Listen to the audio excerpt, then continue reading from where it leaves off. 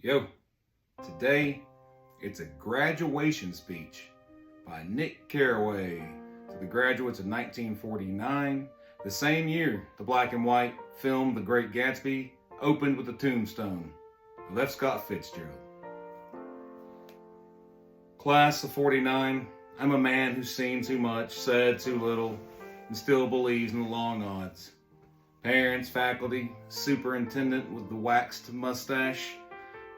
This to the class clown in the third row. I saw that flask. You'll need it more than I will.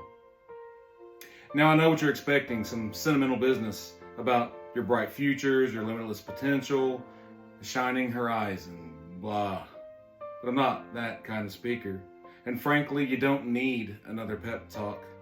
You need a warning.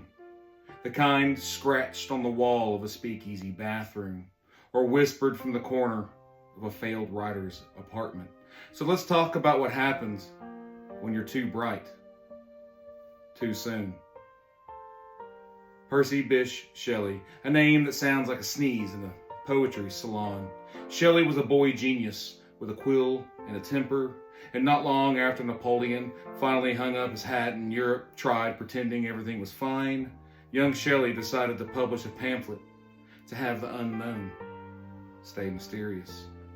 Oxford, being a fine institution with a long tradition of punishing originality, gave him exactly one opportunity to recant.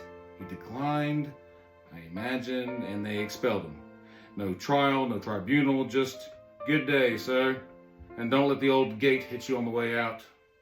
Of course, decades later, they built him a statue in his honor, because nothing says, we misunderstood you completely, like carving your likeness in stone and pretending it was all a mix-up. Now fast forward a century, enter F. Scott Fitzgerald. He arrived at Princeton with a dream, a typewriter, and the attention span of a jazz solo. He wanted to be a writer. Strike one. He liked parties. Strike two. He failed math. Strike three. And he wasn't even swinging. Princeton didn't exactly push him out the door, but let's just say they stopped holding it open for him. He left before graduating. He dashed off this side of paradise and became briefly, brilliantly famous. And then, like many American dreams, he spent the next decade slowly running out of gin, ideas, and friends. The Great Gatsby, that slim little book we now treat like scripture, sold so poorly in its day you could have picked it up with a dime and still had change for a cigarette. The reviews were lukewarm at best. One critic called it a story of superficial people doing superficial things. That's what we call foreshadowing. But here's the punchline. Today, Fitzgerald is Princeton's favorite ghost. They've got archives, commemorations, scholarly panels, and an actual gate named after him. I've walked through it. It creaks with irony. Now, why am I telling you all this? Because you're about to enter a world that, like post-Napoleonic Europe and post-war America, wants to believe things are settled, clean, decent, predictable.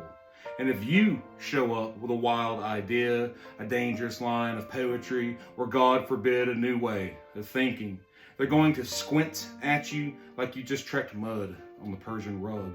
And then they'll tell you to sit down, be nice, be patient, wait your turn.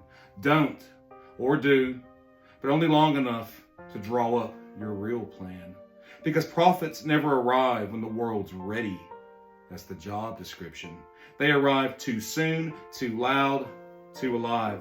And the world, terrified it might actually have to change, does what it always does. It mocks them, marginalizes them, and if possible, buries them early. But then, it builds them a statue. That's the retirement plan. So class of 49, write the pamphlet that gets you thrown out. Write the novel that gets ignored. Say the thing they don't want to print, but make it good enough that they have to teach it 20 years later. And if you get expelled, flunked, fired, or just politely forgotten, remember Shelley. Remember Fitzgerald. Remember that history is a slow learner with a guilty conscience. Congratulations. Now go make the future uncomfortable. And don't forget where you stashed the flask, because you're gonna need it.